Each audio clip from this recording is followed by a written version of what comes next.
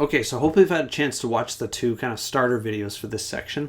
One of them is about starting with why, and the other one is about essentialism.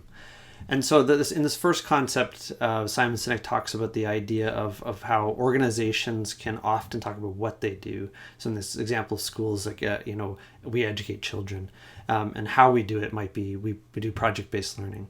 But the important part that we're missing in those two things is what's the reason why we're doing it in the first place. And what his major point is the why is the more powerful part and the more motivating part of guiding people and guiding teams and guiding ideas and resonating. And so what we need to do is start with the internal and really focus on the why we're doing something, and then move to the how we're going to do it and what we're going to do exactly. And so the second video was all about essentialism, and I love this book. I've been reading it a lot lately, and even rereading it, because I think the idea of being able to boil down to the essence of things is really important. And I think projects in particular are prone to getting distracted by all kinds of possibilities and different things, and as the concepts in essentialism help you cut through that. He talks about the disciplined pursuit of less, and this idea of less but better. So if we cut away all the things that are not essential to the project's success, then often you're going to get a better kind of end result. And there's lots of ways that he suggests doing that in the book, but it's an idea to think about. Is for any given thing that comes up, can you eliminate it, and will the project still be good if you do? And that gets into the kind of importance of saying no. And I've been involved in lots of projects that did not do this very well. Even at the start of my experience in building a school, we wanted to be all things to everybody, and we said yes a lot, and we said yes to everything we could, and that didn't help us in the long run. And it was many years later where we decided to really focus in on our why and start to say no more, and things got a lot better, and we were able to kind of focus and achieve what we were hoping to achieve. The last one that's a concept that he talks about in the book, doesn't really touch on it much in the video, but it's this idea of essential intent. And this really connects back to the start with why idea. And it's that, one decision that eliminates 1,000 other decisions, which is awesome. So if you could really focus in what you're trying to do, then often that ends up kind of getting you out of, making a whole bunch of other decisions, right? And he talks about it in terms of this kind of quadrant framework here. And so on one, he has kind of inspirational and bland, and general and concrete. And so if you think about the things you're probably aware of, like mission and vision, well, that's my why, right?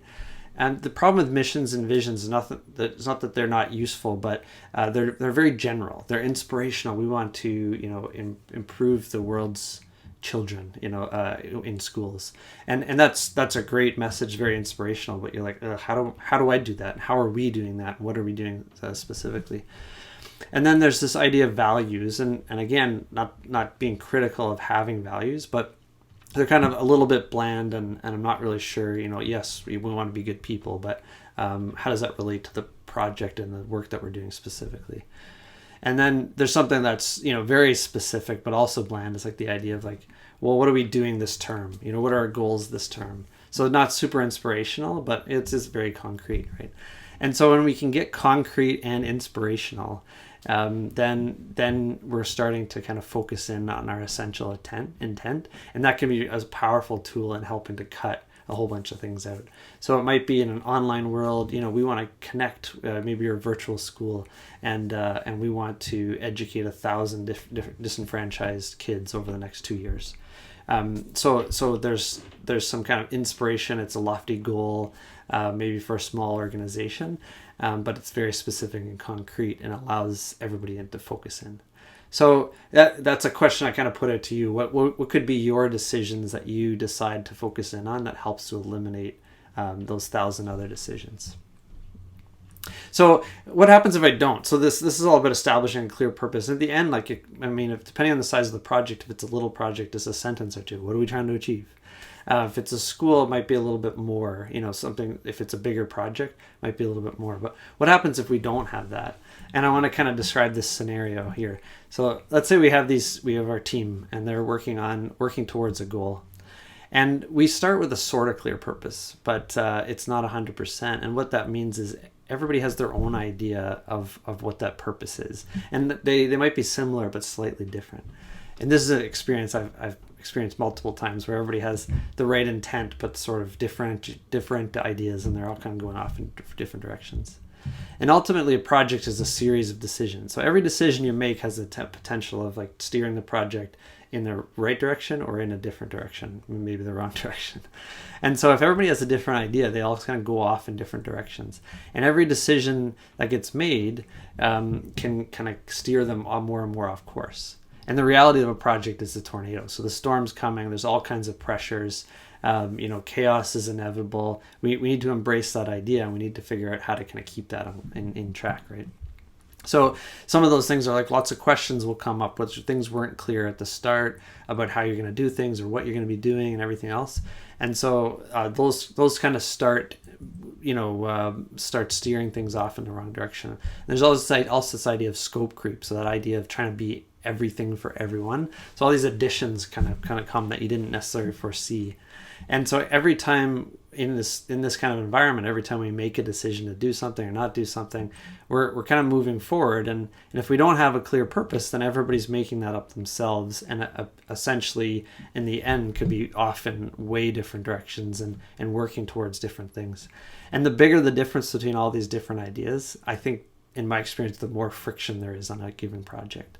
So instead, let's think of a scenario that looks more like this. We have our team still, but we really spend time at the start of the project, and we really all get on the same page. So we understand what the clear purpose of this project is.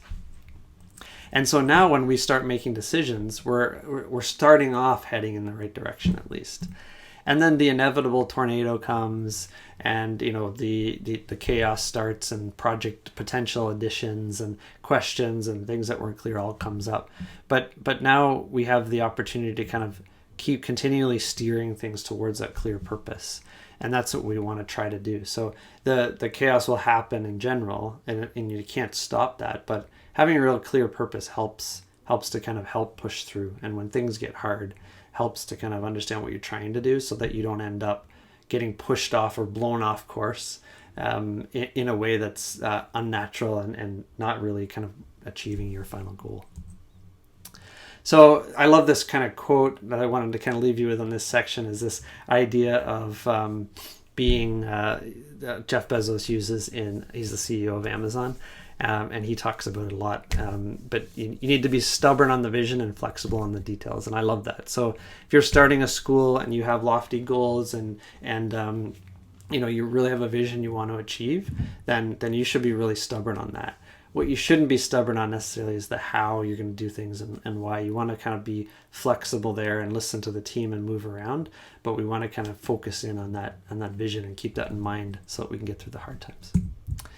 And the other part of this is we're going to talk about an agile mindset in the next section. And if you do not have a clear purpose, it's almost impossible to operate in this way. And you're going to see the benefits of being agile and operating in using agile methods. And so in order to do that, you really need to have a clear purpose so that each iteration of your project will get closer and closer to that clear purpose.